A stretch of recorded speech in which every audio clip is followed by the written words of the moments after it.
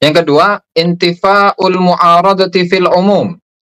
Tidak adanya pertentangan di kalangan umum, wal khusus, di kalangan khusus, atau fil wasaikil bayinat, atau dalam data-data atau wasikoh-wasikoh yang jelas. Tidak ada yang menyebut Faqih Muqaddam sebagai keturunan Nabi. Tidak ada pula yang menyebutkan keramat-keramatnya. Dia punya keramat begana begini, nggak ada. Hari ini orang mengenal keramatnya ditinggi-tinggikan. Itu ditulis kapan? Abad 9.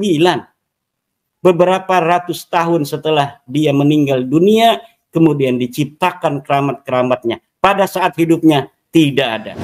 Syekh Abdul Qadir Al-Jailani anaknya mungkin tidak sekeras Ba'alawi keturunannya mencatat sejarah tentang Syekh Abdul Qadir Jailani, tetapi orang lain menulis kesejarahan Syekh Abdul Qadir Al-Jailani fil masyriqi wal maghrib. Tetapi sosok Faqih Muqaddam ini sama sekali di abad di mana dia diasumsikan ada, di abad setelahnya, di abad 6, 7, 8, tidak ada sama sekali orang bicara tentang keilmuan Faqih Muqaddam. Tidak ada yang bicara tentang keramat Faqih Muqaddam. Itu semua hadir di abad ke-9, dimulai dari keluarga Abdurrahman As-Sagaf sendiri dan ditulis secara formal oleh Ali As-Sakran.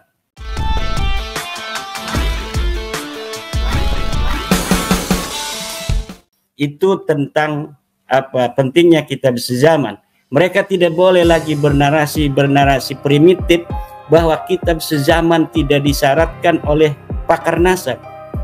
Mereka membaca kitab nasabnya apa? Oh, katanya ada di dalam metodologi ilmu nasab itu syahadah.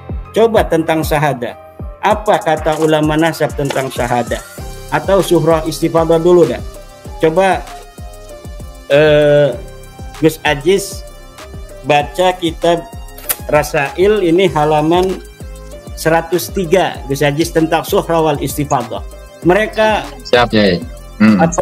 Berpaparan bahwa cukup dengan syuhrah istifadah karena sekarang para Ba'lawi ini sudah syuhrah istifadah sebagai keluarga Nabi, keturunan Nabi, maka kemudian kita harus menetapkan. Nah, apa benar teori mereka itu berdasarkan teori ilmu nasab? Baca kitab Rasail halaman 103. Siap ya. Fahasilu tariqah. Fahasilu dawabiti hadhihi tariqah, maka kesimpulan kaidah-kaidah dalam metode ini yaitu istifadatun nasab wa syuhratihi hiya al-istifadatu fis sama', yaitu tersebar di dalam as-sama', saling terdengar dalam pendengaran. Istifadatan dengan penyebaran, turisu ilman, yang mewariskan atau menyebabkan keyakinan, au dzannan qawiyan, atau prasangka yang kuat. Yang kedua, intifa'ul mu'aradati fil umum. Tidak adanya pertentangan di kalangan umum, wal khusus, di kalangan khusus, atau fil wasaikil bayinat, atau dalam data-data atau wasikoh-wasikoh yang jelas. Kemudian ketiga, qidamun nisbati wasyuhrah, yaitu lamanya penisbatan tersebut, syuhrati, dan juga lamanya kemasyhuran nasab itu. Dan yang keempat, antakuna syuhratu fi qabilatihi, kemasyhurannya itu berada di dalam kabilahnya, au fil baladil asli, atau di negeri asalnya, la fi baladi hijratih, bukan di negeri hijrahnya. Oke, segitu cukup. Nah, al-istifadah, salah satu tariqah dalam menetapkan nasab adalah al-istifadah atau at-tasamu', mendengar. Ini sebenarnya untuk nasab yang hari ini ada. Misalnya seseorang dikenal hari ini sebagai anak daripada Pak Jokowi, atau ya Pak Jokowi ya, Gibran, anak Pak Jokowi.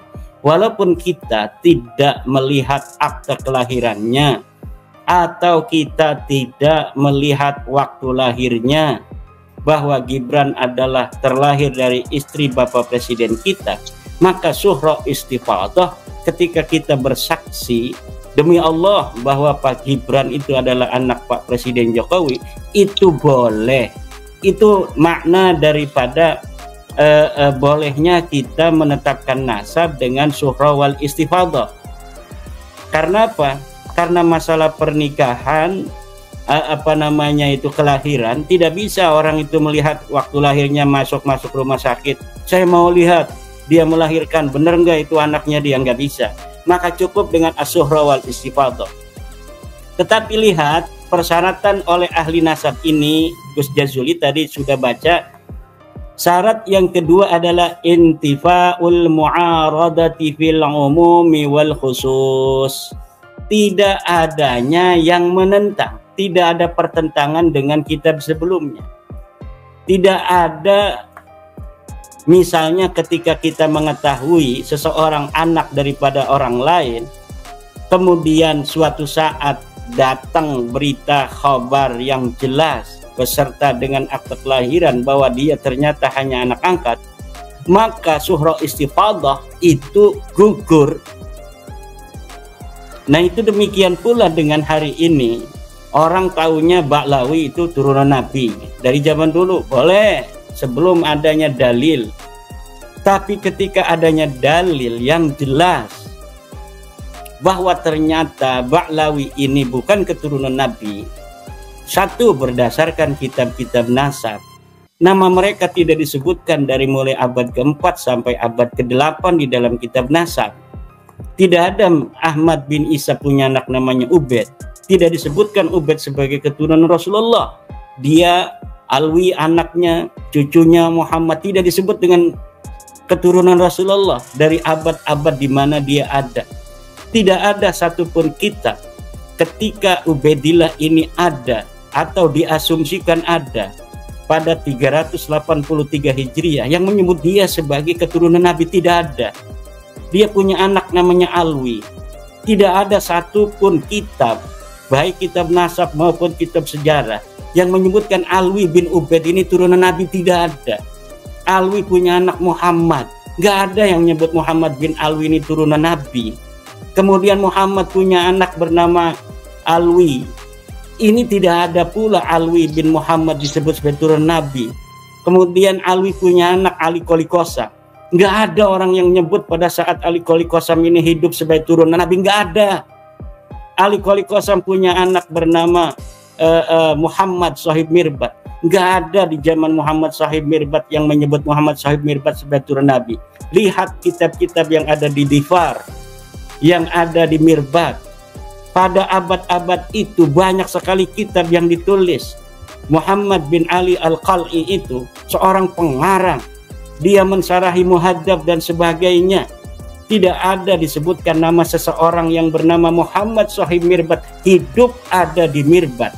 Apalagi dia sebagai ulama, sebagai seseorang yang ada pun hadir membawa kopi misalnya untuk Muhammad bin Ali Al-Qal'i, tidak disebutkan. Kemudian dia punya anak namanya Ali. Ali ini pada abad ke-5 ke-6 tidak ada yang menyebutkan dia keturunan Nabi. Ali punya anak namanya Muhammad Faqih Muqaddam. Nggak ada di zaman Faqih Muqaddam orang menyebut dia keturunan Nabi. Nggak ada sama sekali. Tidak ada yang menyebut Faqih Muqaddam sebagai keturunan Nabi. Tidak ada pula yang menyebutkan keramat-keramatnya. Dia punya keramat begana begini. Nggak ada. Tidak ada di zaman Faqih Muqaddam hidup orang yang ada di zaman Faqih Muqaddam ulama menulis dia sebagai kiai, menulis dia sebagai seorang ulama. Tidak ada. Silahkan cari kitab yang menjelaskan tentang Faqih Muqaddam. Sama sekali tidak ada. Hari ini orang mengenal keramatnya ditinggi-tinggikan. Itu ditulis kapan? Abad 9. Beberapa ratus tahun setelah dia meninggal dunia, kemudian diciptakan keramat-keramatnya. Pada saat hidupnya tidak ada. Tidak ada misalnya dhaharat karamatuhu fil mala. Misalnya seorang yang hidup dengan Faqih Muqaddam. Orangnya dohir keramatnya di banyakan orang. Tapi lihat Syekh Abdul Qadir Al-Jilani radhiyallahu an. orang-orang yang semasa hidupnya menulis dari kejauhan bahwa di Baghdad ada seorang ulama zaharat karamatuhu, yang zahir keramatnya. Syekh Abdul Qadir Al-Jailani anaknya mungkin tidak sekeras Ba'alawi keturunannya mencatat sejarah tentang Syekh Abdul Qadir Jailani, tetapi orang lain menulis kesejarahan Syekh Abdul Qadir Al-Jailani fil masyriqi wal maghrib. Tetapi sosok Faqih Muqaddam ini sama sekali di abad di mana dia diasumsikan ada, di abad setelahnya, di abad 6, 7, 8, tidak ada sama sekali orang bicara tentang keilmuan Faqih Muqaddam. Tidak ada yang bicara tentang keramat Faqih Muqaddam. Itu semua hadir di abad ke-9, dimulai dari keluarga Abdurrahman As-Sagaf sendiri dan ditulis secara formal oleh Ali As-Sakran.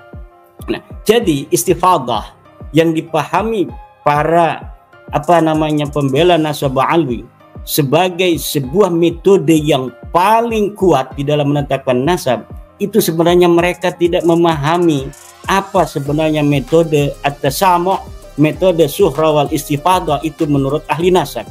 Kita baca tadi, Gus Ajuz Jazuli telah membacanya, bahwa syarat istifadah itu intifa'ul mu'aradah, tidak adanya penolak. Kalau istifadahnya Ba'lawi hari ini itu ditolak oleh kitab-kitab yang ada di masa-masa lalu, di mana para leluhur Ba'lawi itu diasumsikan ada. Di abad ke-6 dikatakan oleh As-Sajarah Mubarakah nama anak Ahmad bin Isa cuma 3.